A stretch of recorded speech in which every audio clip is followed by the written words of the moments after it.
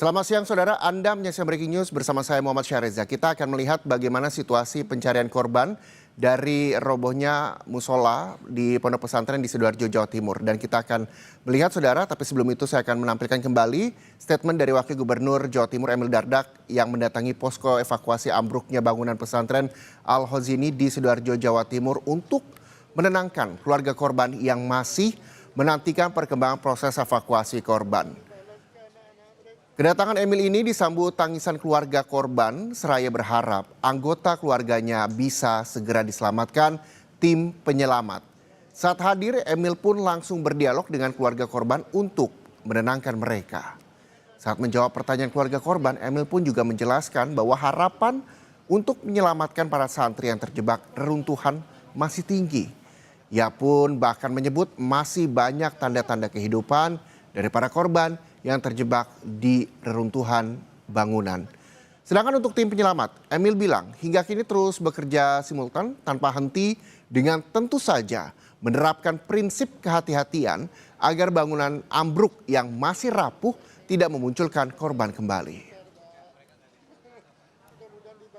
Nggak bisa cari, tapi mereka masih hidup. Tanda-tanda kehidupan, masih bisa ada. menjangkau air, masih bisa bernapas. Ya, bismillah. Mereka bahkan menurut saya sudah sangat berani. Artinya sesuatu yang kelihatan mentok nggak berhenti mereka. Mereka tambah lagi alat, dipahat. Jadi alat itu kayak ini gitu pakai tangan kayak, tapi dok dia kebuka sedikit dia bisa tarik. Dan nggak lambat karena apa? Karena kan itu butuh tenaga ya. Iya. Jadi kalau misalnya sudah terlalu lama dia ditarik paksa, komandannya harus ganti orang baru. Karena kalau sudah nggak konsentrasi bahaya. Nanti malah membahayakan mereka yang masih ada di lapangan. Adik-adik kita yang masih di dalam Bu. Jadi timnya ini udah dari Jakarta, Semarang juga udah datang. Ya, alat-alatnya juga udah disupport tambahan lagi. Soal korban meninggal dan juga yang mengalami luka, saudara, kita akan sapa jurnalis Kompas TV dari dua rumah sakit yang berbeda. Ada di Rumah Sakit Otopuro Sidoarjo dan juga Rumah Sakit Siti Hajar Sidoarjo. Kita akan sapa jurnalis Kompas TV kami yang sudah bersiap di sana. Dari Rumah Sakit Siti Hajar ada Andi Mas Budi, dan juga di Rumah Sakit Otopuro ada Alfian Rahman. Selamat siang teman-teman. Saya akan ke Rumah Sakit Islam Siti Hajar terlebih dahulu dengan Andi Mas Budi. Andi Mas, bagaimana data terakhir yang Anda peroleh dari rumah sakit, baik korban luka maupun korban meninggal dunia di sana? Ya, memang sampai saat ini pasca peristiwa ambruknya bangunan musola yang ada di Pondok Pesantren Buduran, korban sudah dilarikan ke Rumah Sakit Siti Hajar. Dari 52 korban yang ditangani oleh Rumah Sakit Siti Hajar, satu meninggal dunia, sementara satu lainnya dirujuk ke Rumah Sakit Mojokerto karena harus menjalani operasi bedah saraf. Sementara 9 lainnya menjalani rawat inap sampai saat ini di rumah sakit ini. Sementara sisanya sudah diperbolehkan pulang karena kondisinya membaik dan hanya mengalami luka ringan. Sementara itu dari 9 korban yang menjalani rawat inap, 3 orang dijadwalkan hari ini tadi menjalani operasi karena mengalami luka yang cukup parah, namun kondisinya semakin membaik. Gitu. Oke, Andi Mas Budi, ini ada yang sudah pulang namun ada yang rawat inap, 9 orang rawat inap dan juga masih ada yang menjalani operasi. Dari korban kita akan bedah terlebih dahulu. Korban luka di sana, apa yang dialami para korban setelah pondok pesantren atau musola yang ada di pondok pesantren ini runtuh? Luka-luka seperti apa yang dialami di sana dan bagaimana penanganan yang kini?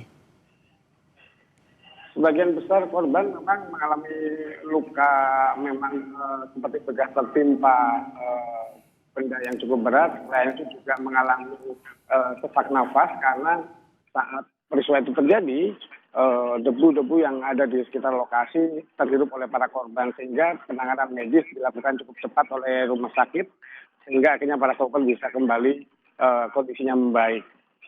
Oke, kalau tadi Anda juga menyebutkan bahwa di Rumah Sakit Siti Hajar ada 1 orang yang meninggal dunia. Sudah diketahuikah siapa?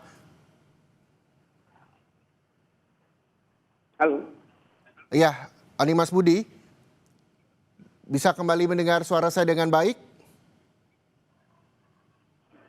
Andi Mas Budi. Ya, ya. Oke, saya ulangi lagi pertanyaan saya, ada satu korban meninggal dunia seperti yang tadi Anda sampaikan, sudah diketahukah siapa?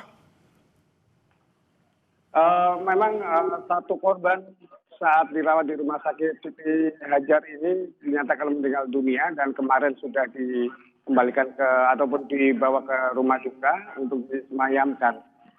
Korban bernama MF berusia 14 tahun asal Jawa Timur.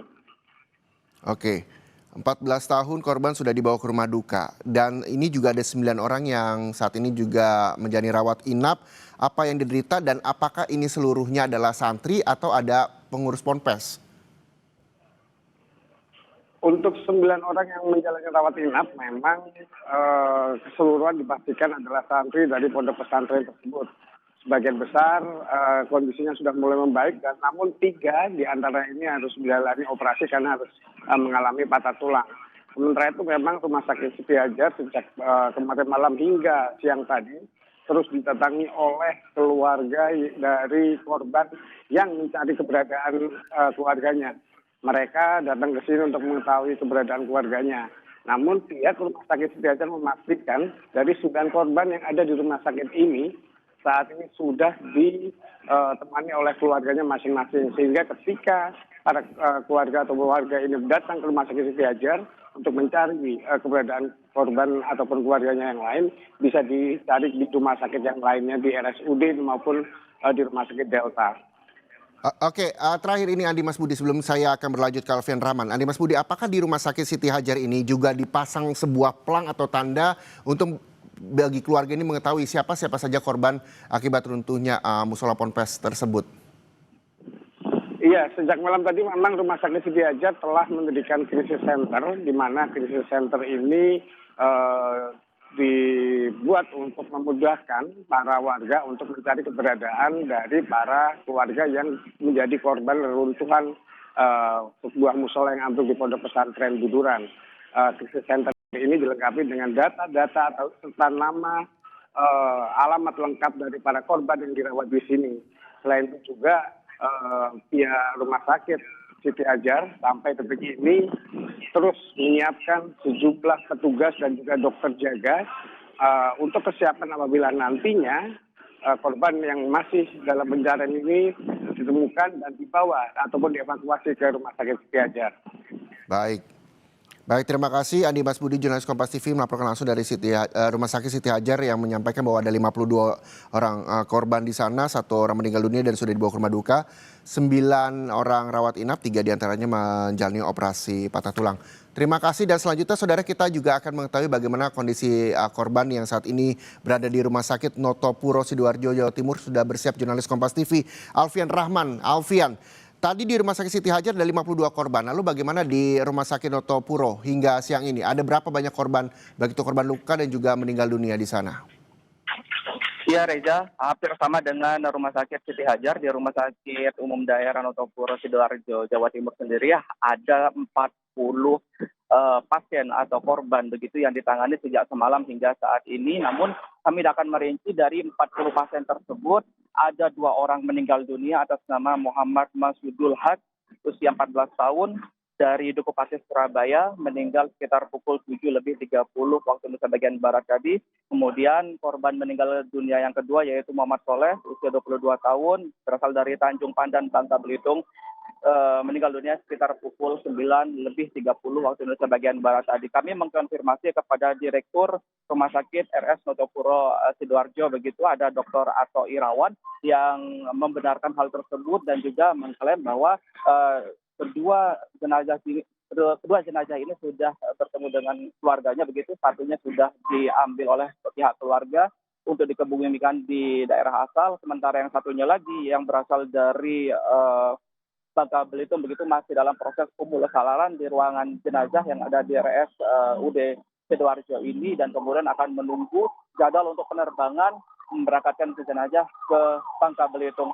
Hingga sampai saat ini dari 40 tersebut ada 2 orang meninggal, sementara 30 orang lainnya sudah dinyatakan dapat dipulangkan atau rawat jalan, sementara masih ada sisa begitu Reza dan juga saudara, ada 8 orang yang masih mendapatkan perawatan intensif dari tim medis dari RSUD Notopuro Sidoarjo Jawa Timur. Rata-rata mereka mengalami patah tulang, terus juga ada gagar otak, terus termasuk juga tergencet dada.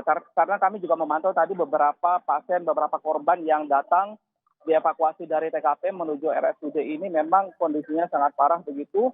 Sempat juga kami melihat memang ada yang tergencet dari bagian dada ke bawah sehingga harus mendapatkan perawatan intensif dari pihak rumah sakit. Pihak rumah sakit sendiri menyiapkan tenaga tambahan, tenaga medis tambahan tidak hanya di rumah sakit tapi juga diterjunkan langsung ke TKP di pondok pesantren. Terdata ada 2 hingga 3 orang dokter, baik itu dokter anestesi maupun dokter bedah yang juga turut membantu proses evakuasi.